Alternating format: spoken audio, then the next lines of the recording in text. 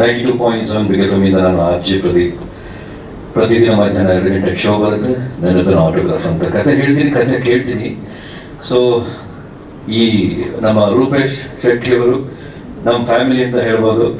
ಮಂಗಳೂರಲ್ಲಿ ಅವರು ಕೂಡ ನಮ್ಮ 92.7 ಬಿಗ್ ಎಫ್ ಎಮ್ನಲ್ಲಿ ಆರ್ ಜೆ ಆಗಿದ್ದಾಗಲೇ OTT ಬಿಗ್ ಬಾಸ್ಗೆ ಎಂಟ್ರಿ ಆಗ್ತಾರೆ.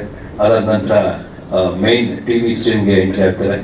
ವಿನ್ನರ್ ಆಗಿ ಕೂಡ ಬರ್ತಾರೆ. ತುಂಬ ಹೆಮ್ಮೆ ಇದೆ sir, thank you so much.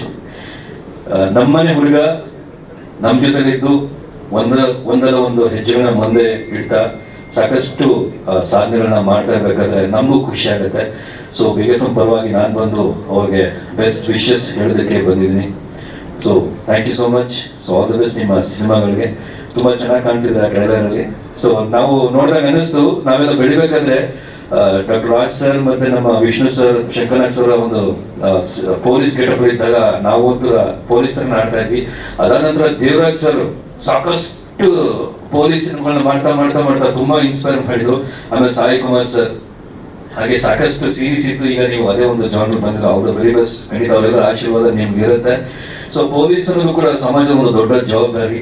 So ಮನೆಯಲ್ಲೂ ಕೂಡ ಪೊಲೀಸ್ ಇರ್ತಾರೆ. ಸೊ ಪೊಲೀಸರ ಅಪ್ಪ ಅಮ್ಮನ ಕೂಡ ಬೆಳೆಸಬೇಕಾಗುತ್ತೆ. ಸಮಾಜಕ್ಕೆ ಈ ತರ ಪೊಲೀಸ್ಗಳು ಬೇಕಾಗುತ್ತೆ ತಪ್ಪುಗಳನ್ನ ತಿದ್ದೋದಕ್ಕೆ ಅಂತ ಒಂದು ಒಳ್ಳೆ ಸಿನಿಮಾ. ಟ್ರೈಲರ್ ಕೂಡ ಪ್ರಾಮಿಸಿಂಗ್ ಆಗಿದೆ. ಸೊ ನಮ್ಮ ಕುಲ್ದೀಪ್ ಸರ್, ನಮ್ಮ ಪ್ರೊಡ್ಯೂಸರ್ ಬಗ್ಗೆ ಹೇಳಬೇಕು. ಯಾಕೆಂದ್ರೆ ಒಂದು ವರ್ಷದ ಹಿಂದೆ ಕೂಡ ಒಂದು ಸಿನಿಮಾ ಮಾಡಿದ್ದೀನಿ ಸರ್, ಹಾಗಿದೆ ಹೀಗಿದೆ, ಹಾಗಿದೆ ಹೀಗಿದೆ, ತುಂಬಾ ಚೆನ್ನಾಗಿರುತ್ತೆ ಅಂತ ಹೇಳ್ತಾ ಇದ್ರು. ಸೊ ನಮಗೂ ಖುಷಿ ಆಗ್ತಿತ್ತು. ಸರ್ ಏನೋ ಒಂದು ಛಲ ಇದೆ, ಒಂದು ಆಸೆ ಇದೆ. ಪ್ರತಿಯೊಬ್ಬರಿಗೂ ಈ ಒಂದು ನಮ್ಮ ಕನ್ನಡ ಇಂಡಸ್ಟ್ರಿ ಕರೆಯುತ್ತೆ, ಹೊಸಬರನ್ನ ಸೃಷ್ಟಿ ಮಾಡುತ್ತೆ. ಆ ಒಂದು ಆಲೋಚನೆ ಇದ್ದಾಗ ನಾವು ಕೂಡ ಸಪೋರ್ಟ್ ಮಾಡೋಕೆ ತುಂಬಾ ಇಷ್ಟಪಡ್ತೀವಿ. ಸೊ ಹೊಸಬ್ರ ಸಿನಿಮಾಗಳ ಜೊತೆಗೆ ಹೊಸ ನಿರ್ದೇಶಕರು, ಹೊಸ ನಿರ್ಮಾಪಕರು ಬಂದಾಗ ನಮ್ಮ ಇಂಡಸ್ಟ್ರಿ ತುಂಬಾ ಸಮೃದ್ಧವಾಗಿ ಬೆಳೆಯುತ್ತೆ. ವೇಲು ಸರ್, ನೀವು ಕೂಡ ಸಾಕಷ್ಟು ಜನರನ್ನು ನೋಡಿದ್ರ, ಬೆಳೆಸಿದ್ರ, ನಿಜವಾಗ್ಲೂ ಎಲ್ಲ ವಿಷಯಕ್ಕೂ ಸಾಕ್ಷಿ ಆಗಿದ್ರ. ಖಂಡಿತ ಈ ಒಂದು ಸಿನಿಮಾ ಅದ್ಭುತವಾಗಿ ಬೆಳೀಲಿ. ಸಾಕಷ್ಟು ಹೊಸಬರಿಗೆ ಒಂದು ಅವಕಾಶ ಕೊಡಲಿ.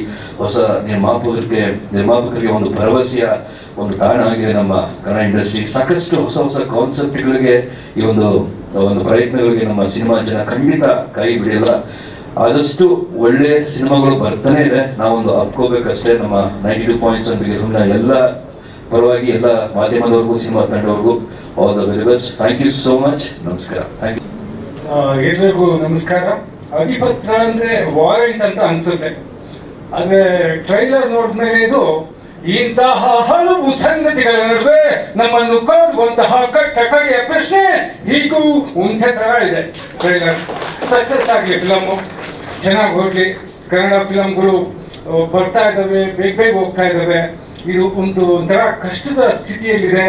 ಈ ಫಿಲಮ್ ಸಕ್ಸಸ್ ಆಗಬೇಕು, ಎಲ್ಲ ಹೊಸಬರಿದ್ದಾರೆ, ಮೇಲ್ ಬರಬೇಕು, ಮುಂದೆ ಬರಬೇಕು ಅನ್ನೋ ಒಂದು ತವಕದಿಂದ ಒಂದು ಕಷ್ಟಪಟ್ಟು ಮಾಡಿದರೆ ಅಧಿಪತ್ರ ಮೂವಿ.